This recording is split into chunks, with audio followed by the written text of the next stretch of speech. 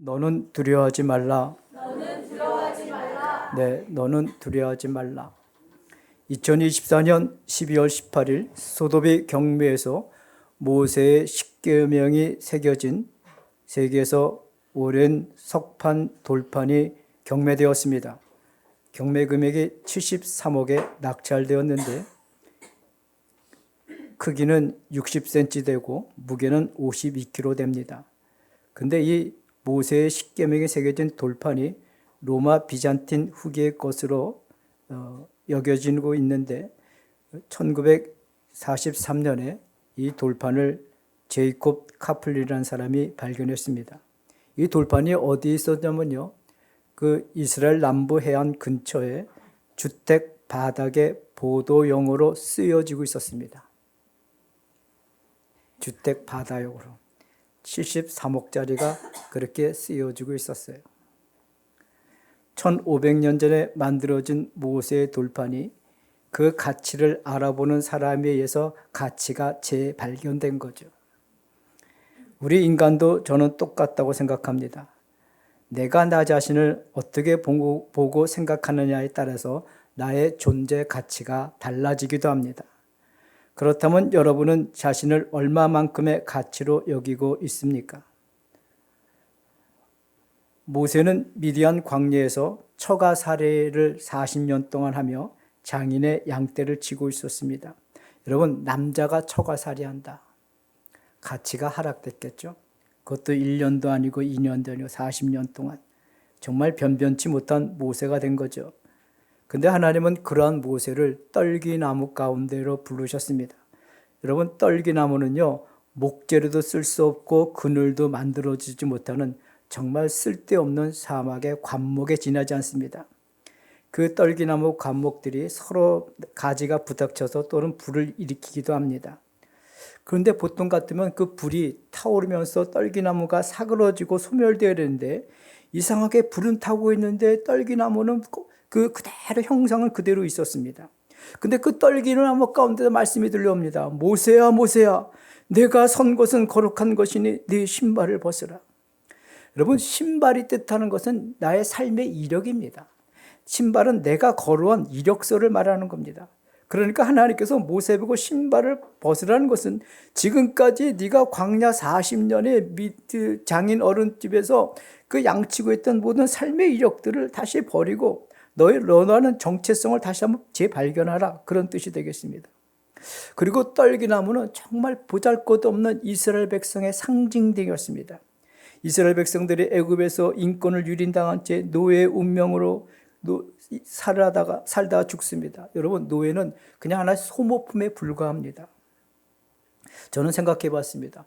바로 왕이 모세를 통해서 이스라엘 백성들을 놔줬다가 다시 이스라엘 백성들을 잡기 위해서 병과 마병을 데리고 추격한 이유가 뭘까? 여러분, 장정만 60만이요. 60만.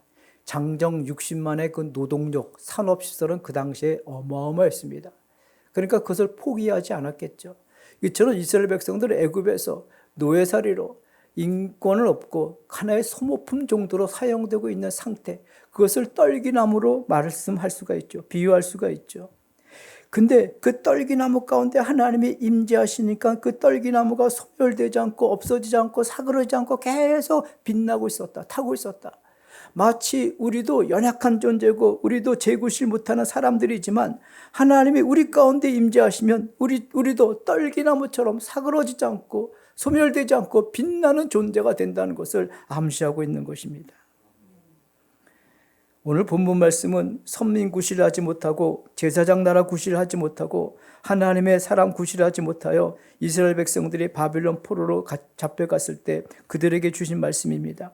여러분, 나라는 망했고 예루살렘 성전은 불타버렸고 하나님의 선민이라고 그렇게 자부했던 유대계 신앙은 무가치한 것이 되었습니다. 그들은 예루살렘의 성전이 있는 한, 우리가 제사하고 있는 한 우리는 안전할 것이다 생각했지만 무참하게 성전은 다 무너지고 말았습니다. 그들은 절망하고 또 절망했습니다. 미래는 보이지 않았습니다. 무엇보다도 이스라엘 백성들의 평범했던 일상의 삶이 다 깨지고 흩어지고 상처받았습니다. 이스라엘 백성들을 바벨론 포로에서 노동력은 착취당하고 인권도 없이 인간 소모품 정도의 취급을 받고 있었습니다. 그러니까 한 사람 한 사람의 인격이 물질화된 거죠. 예. 인격이 물질화되는 세상은 정말 비참한 세상입니다. 가끔 가다가 어떤 기업인들 중에서 그 기업이 자기가 기업주라는 것은 물질이 있기 때문에 노동력을 산 건데도 불구하고 그 노동력을 사지 않고 사람 인격까지 산 걸로 생각하고 인격을 아주 폄하하고 무시해버립니다. 잘못된 기업주죠. 그 기업주는 돈이 있어서 노동력을 산 거지 인격을 산 건 아니거든요. 그런데 바벨론 포로로 잡혀갔던 이스라엘 백성들은 인권도 없이 완전 물질화되고 말았습니다. 정말 비참한 상태가 되었습니다. 그런 상태에 있는 그들을 향하여 하나님은 말씀하십니다. 나는 너를 창조하신 하나님이다. 나는 너를 지었느니라. 그러니 너는 두려워하지 말라. 내가 너를 지명하여 불렀나니 너는 내 것이라. 이는 하나님이 우리를 창조하셨다고. 하나님은 우리는 그분의 자녀라는 겁니다. 하나님은 피조물을 창조하셨다는 겁니다. 하나님은 우리의 존재의 근원이고 우리의 생명의 근원이시고 우리의 창조의 목적이시라는 겁니다. 이는 우리의 인생 여정에 내 모든 길이 하나님의 창조 안에 있다는 겁니다. 아멘. 그러므로 너희는 두려워하지 말라는 겁니다. 여러분 오늘도 여러분들 나와서 하나님 앞에 예배하는데 우리는 믿음 안에서 나는 아브라함의 자손의 정체성을 갖고 있습니까? 그럴 때 내가 인생길을 걸어갈 때 내 삶에 하나님의 역사가 개입하고 운행하심으로 우리 안에 새로운 하나님의 능력의 역사가 일어난다는 것을 잊지 않기를 바랍니다. 먼저 하나님 자신이 누구인가를 밝히셨습니다. 1절 같이 읽겠습니다. 1절 시작. 야곱아 너를 창조하신 여호와께서 지금 말씀하셨느니라. 이스라엘아 너를 지으신 이가 말씀하시느니라. 너는 두려워하지 말라. 내가 너를 구속하였고 내가 너를 지명하여 불렀나니 너는 내 것이라. 아멘. 여러분 창세기 1장 1절에 태초에 하나님이 천지를 창조하시느니라. 요한계시록 21장 5절에 보라 내가 만물을 새롭게 하겠다. 여러분 성경 창세기 1장 1절부터 요한계시록 21장 5절까지 계속 성경이 말씀하시는 바가 뭐냐면 하나님은 천지를 창조하신 창조주 하나님이고 그 하나님은 만물을 새롭게 하신다는 것입니다. 그 내용이에요. 그것을 일괄되게 성경은 주장하고 있습니다. 우리가 예배 때마다 오늘도 신앙 고백을 했죠. 나는 전능하신 아버지 하나님 천지의 창조주를 믿나이다. 이는 신자의 가장 아름다운 고백입니다. 여러분 하나님의 천지를 창조하셨다는 것은 세상에 존재하는 것들이 우연이 아니라는 겁니다.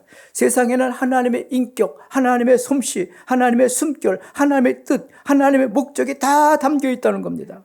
그러므로 세상에 어느 것 하나도 우리는 함부로 대할 수가 없고 세상의 모든 만물을 함부로 처분할 수가 없고 존중하는 그런 자세가 있어야 됩니다. 왜? 하나님으로부터 나왔기 때문에. 아멘. 아멘.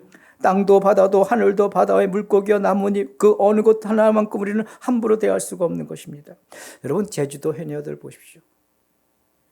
왜 제주도 해녀들은 왜 그 휘파람 불면서 그렇게 어렵게 물질을 할까? 산소통 메고 들어가면 그냥 끝나는데 만약에 박 집사님 댁에서 산소통 메고 들어가서 해산물을 갖다가 두광줄이 캐왔다면 김 집사님 집에서 산소통 2개 메고 10광줄이 채갖고 올 거야. 그러면 바다가 오염되고 생태계가 파괴됩니다. 우리는 어찌 보면 제주도 해녀만큼의 영성도 없는 것 같아요. 그들은 얼마든지 산소통 메고 들어갈 수 있지만 자연을 생각해서 원시적인 방법으로 이것이 바로 저는 기독교의 세계관이고 가치관이라고 봅니다. 나는 전능하신 아버지 하나님 천지의 창조를 믿습니다는 이 고백은 모든 피조물을 존재케 하시는 하나님의 근본이 되십니다. 모든 것을 있게끔 하시는 분은 하나님이십니다 하는 것을 우리는 고백하는 겁니다. 여러분 새해가 시작되었습니다. 둘째 주입니다. 포로된 이스라엘 백성처럼 우리나라 대한민국의 국운이 점점 기울어져 가는 것을 여러분 느끼고 있을 겁니다. 미래가 불투명해지고 나의 인생의 앞날이 내 가족의 앞날이 때로는 어둡고 두렵게만 느껴지지만 우리가 창조주 하나님을 바라본다면 아멘. 그러면서 나는 왜 이 땅에 보내졌는지 또 산다는 것이 무엇인지, 정말로 어떻게 사는 것이 정말 참 생명인지를 내가 알기를 원한다면 여러분 창조주 하나님을 바라보시기 바랍니다. 세상을 창조하신 하나님과 나를 지으신 하나님을 바라볼 때 그 안에 내 가치가 새롭게 인식되어지기 시작합니다. 그리고 내 앞에 닥친 형실의 문제에 내가 꺾임을 당하거나 눌림을 당하거나 포기하거나 하지 않고 그 문제를 통해서 선영해 가시는 하나님 안에서 우리는 희망을 가질 수 있음을 믿으시기 바랍니다. 먼저 하나님은 하나님의 말씀으로 우리에게 다가오십니다. 우리 한번 1절 다시 한번 읽겠습니다. 1절 시작.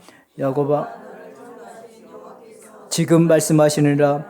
이스라엘아 너를 지으신 이가 말씀하시느니라. 너는 두려워하지 말라. 내가 너를 구속하였고 내가 너를 지명하여 불렀나니 너는 내 것이리라. 아멘. 너를 창조하신 여호와께서 뭐예요? 지금 말씀하시느니라. 이스라엘아 너를 지으신 이가 지금 말씀하시라. 지금입니다. 지금. 여러분 지금 낙원에 갈 수가 있고 지금 천국에 갈 수가 있고 지금 내가 새롭게 변화될 수가 있고 지금 새 일을 할 수가 있는 겁니다. 아멘. 나에게 말씀하시는 분은 내일이 아닙니다. 지금입니다. 현재입니다. 그리고 나에게 말씀하시는 하나님은 나에게 말을 걸어오시는 분이십니다. 즉 나와 대화하고 싶어 하시는 하나님이라는 것이죠. 하나님께서 야곱이라고 이름 부른 것은 하나님과 야곱의 서로 속한 존재, 서로 관계가 있던 존재라는 것. 그렇죠. 내가 누구 이름을 알고 누구 이름을 부른다는 것은 그 형제 자매를 알고 형제 자매 이름을 부른다는 것은 내가 그 형제에 관계하고 있다. 그 자매와 관계하고 있다는 것이 아니겠습니까? 그러니까 서로 속한 존재라는 것이죠. 하나님께서 야곱의 이름을 부르신다는 것은 내가 야곱을 아신다는 겁니다. 즉 내가 너에게 할 말이 있고 너를 통해서 이루어갈 일이 반드시 있기 때문에 내가 네 이름을 부른다는 것입니다. 2절 같이 한번 읽겠습니다. 2절 시작. 내가 물 가운데 지날 때 내가 너와 함께 할 것이라. 강을 건널 때 물이 너를 침몰하지 못할 것이며 내가 불 가운데 지날 때 타지도 아니할 것이며 불꽃이 너를 사르지도 못하리니. 아멘. 여러분 물과 불을 지나는 고난과 역경, 이중고, 인간이 당하는 고통 중에 처절하고 견디기 어려운 시련입니다. 저는 불타는 집을 그 가족들이 탈출하는 것을 바로 우리 옆집에서 불이 났기 때문에 그걸 보았습니다.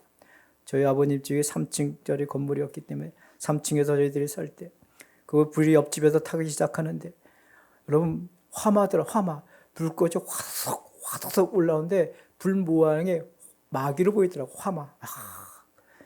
도둑 나쁜 놈이 강도인지 뭔지 몰라도 가족들을 전부 다 묶어놓고 석에 뿌려놓고 불을 질렀어요. 다행히 그 가장 되시는 분이 탈출해가지고 그 나와서 불을 끄게 됐는데 묶인 상태로 덜덜덜 떨고 있는데 너무 무섭더라고요. 그 장면이 잊을 수가 없어요.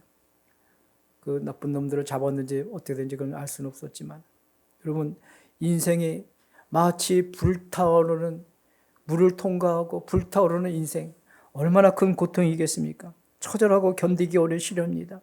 그러나 하나님께서 말씀하십니다. 네가 불 가운데 지날 때도 타지 않을 것이고 불꽃이 너를 사르지 못하며 물이 너를 침몰하지 못할 것이다. 어찌 보면 우리의 인생길을 뒤돌아보면 지금까지 살아온 모든 길이 순간순간마다 위험이 있었고 물속에 빠지고 불꽃에 끄슬리는 역경과 시련들이 있었지만 하나님께서 지금까지 우리를 보호하시고 지키시고 이끄셨기 때문에 오늘도 우리가 이 예배의 자리에 있다는 것을 여러분 믿으시기 바랍니다. 여러분 어떻게 이 자리에 오셨습니까? 내가 자유로 내가 능력 있어 오셨습니까? 아닙니다. 하나님이 나의 이름을 부르고 나를 찾고 기다렸고 나를 이끄셨기 때문에 이 자리에 오게 된 것입니다. 아멘.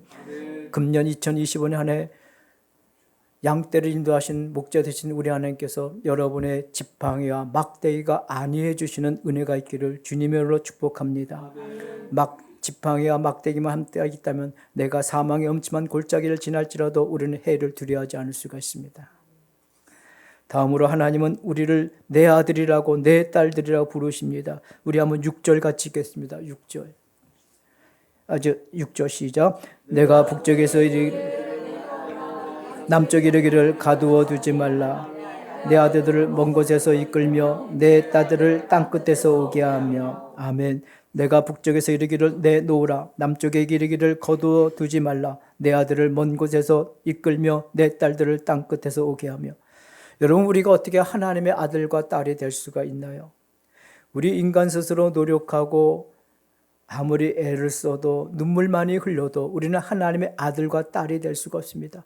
우리가 어떻게 하나님처럼 승천할 수가 있겠습니까? 우리 재주로는 절대 할 수가 없습니다. 그런데 하나님께서 독생 성자 예수 그리스도를 우리의 죄값으로 내어주시고 그분이 우리 죄를 위해서 죽으심으로 하나님은 우리를 하나님의 자녀 삼아 주셨습니다. 아멘.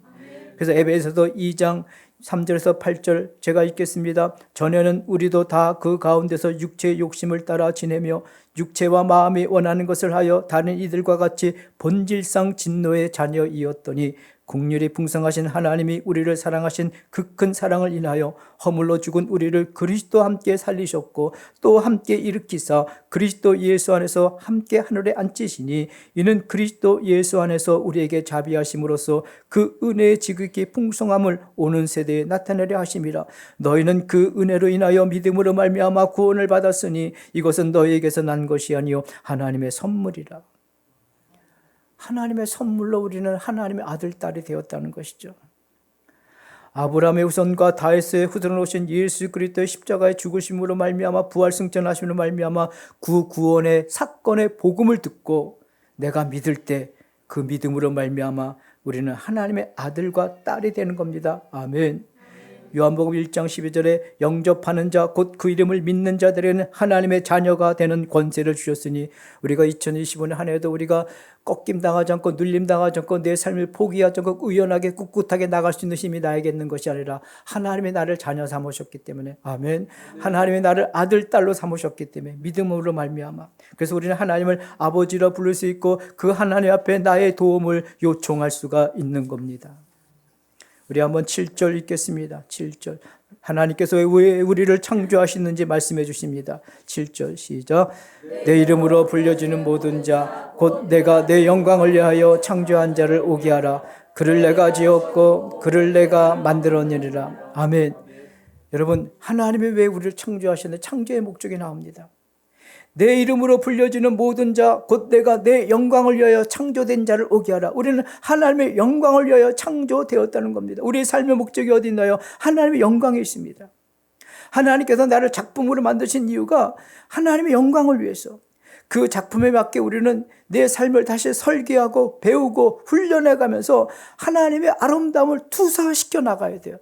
우리 마음은 너무나 탐욕과 이기심과 욕망으로 그 마음의 창이 너무나 때가 끼어서 내 안에 하나님의 계심에도 분명히 있음에도 불구하고 그것을 보여주지 못합니다. 왜? 마음의 창이 너무 더러워 오염되어 있기 때문에. 그래서 회개는 내 마음의 창을 깨끗이 닦아내는 겁니다. 내 안에 계신 하나님을 보여주는 겁니다. 내 안에 계신 창조주 하나님을 나는 드러내고 있는 삶을 살고 있는가? 내 마음의 창이 더러워지면 내 안에 하나님이 계셔도 우리는 그것을 투사시켜 줄 수가 없습니다. 그러므로 내 마음의 영혼과 내 마음의 깊은 심령의 모든 것들도 다 닦아내야 됩니다. 그래야지 우리는 하나님의 영광을 드러낼 수가 있습니다. 성경은 하나님의 말씀과 기도로 우리의 영혼과 마음이 깨끗하여진다고 말씀하고 있습니다. 그러면 여러분, 하나님의 영광이 무엇일까요?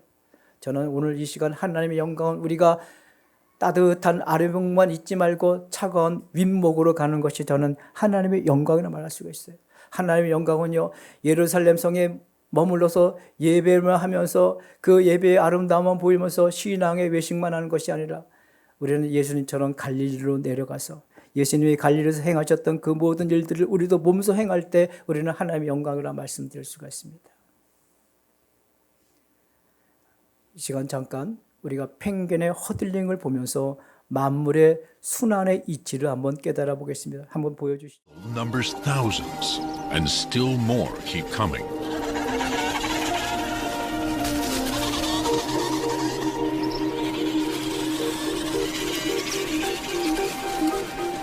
While those on the outside take the brunt of the storm, those on the inside take tiny steps that move the huddle in waves.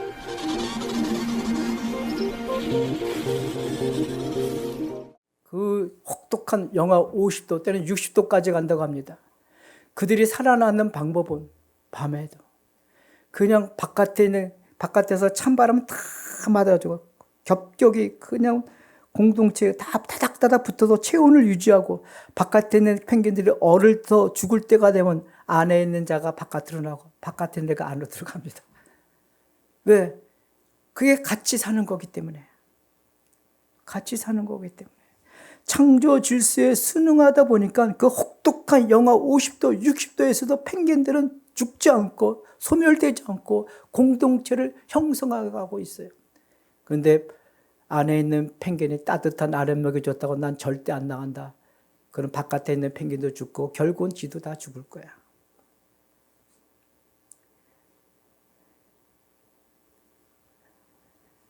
우리나라가 왜 이렇게 지금 국군이 기울어져 가고 있습니까?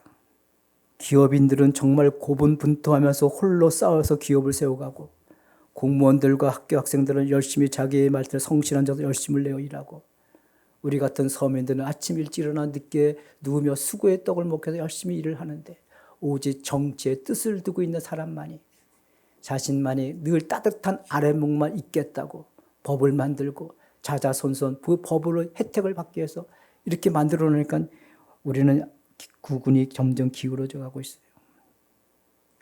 여러분, 예수님께서 말씀하십니다. 들에 핀 백합화를 봐라. 공중에 나는 새를 봐라. 그들이 어떻게 자라고 있는가. 오늘도 말씀하십니다. 펭귄의 허들림을 좀 봐라. 그들은 아랫목, 윗목 가리지 않고 돌아가면서 함께 살아가고 있지 않느냐. 근데 이 나라 이민족을 어떻게 정치하는 모든 자들은 어떻게 자신들만 따뜻한 아랫목에만 있으려고 하는지. 그래서 이 나라의 민족이 그런 상태에 있는 저희들은 어떻게 하는 것이 중요한가. 그런 상황에서 인생의 가장 크고 중요한 질문 몇 가지가 있는데 이 질문의 답을 가지고 살아간다면 우리는 두려워하지 않을 것입니다. 나는 어디서 왔는가? 나는 하나님의 뜻과 마음 가운데 우리는 세상에 보냄을 받은 자들입니다. 아멘. 그래서 하나님께서 내가 너를 창조했고 너를 지명하여 불렀다는 겁니다. 나는 누구인가? 나는 예수 그리스도에서 하나님의 아들과 딸이라는 겁니다. 할렐루야. 마지막으로 우리는 어떻게 하면 살아가야 돼요? 여러분, 우리는 이 세상에서 따뜻한 아랫목만 있는 것이 아니라 우리는 이 세상에서 하나님의 영광을 위해서 때로는 윗목에도 때로는 바깥에 허들림처럼 바깥에 차가운 바람을 맞아야 될 때는 맞아야 되는 거예요. 아멘이십니까? 그게 바로 하나님의 영광입니다. 금년 안에 우리 성도님들 하나님의 영광이 무엇인가 어렵게 생각하지 마십시오. 따뜻한 아랫목만 있으려고 하지 말고 차가운 윗목으로 내가 위에서 올라갈 때 순환이 되어질 때 그것이 바로 하나님의 영광입니다. 우리가 이런 분명한 정체성이 있을 때 어떤 물도 우리를 침몰하지 못하며 어떤 불꽃도 우리를 사르지 못할 것입니다. 1절에 여러분 금년 2025년 둘째 주에 이런 하나님의 영음을 듣기를 바랍니다. 야곱아 너를 창조하셨느니라. 여호와께서 지금 말씀하시느니라. 이스라엘아 너를 지으시니까 말씀하시느라. 너는 두려워하지 말라. 내가 너를 구속하였고 내가 너를 지명하여 불렀나니 너는 내 것이라. 아멘. 이 영음을 듣고 2025년 한 해도 우리가 하나님의 영광을 위하여 우리 하나님의 자녀됨을 통해서 하나님께 기쁨이 되는 저와 여러분 되어지기를 주님의 이름으로 축복합니다. 아멘. 하나님 아버지 감사합니다.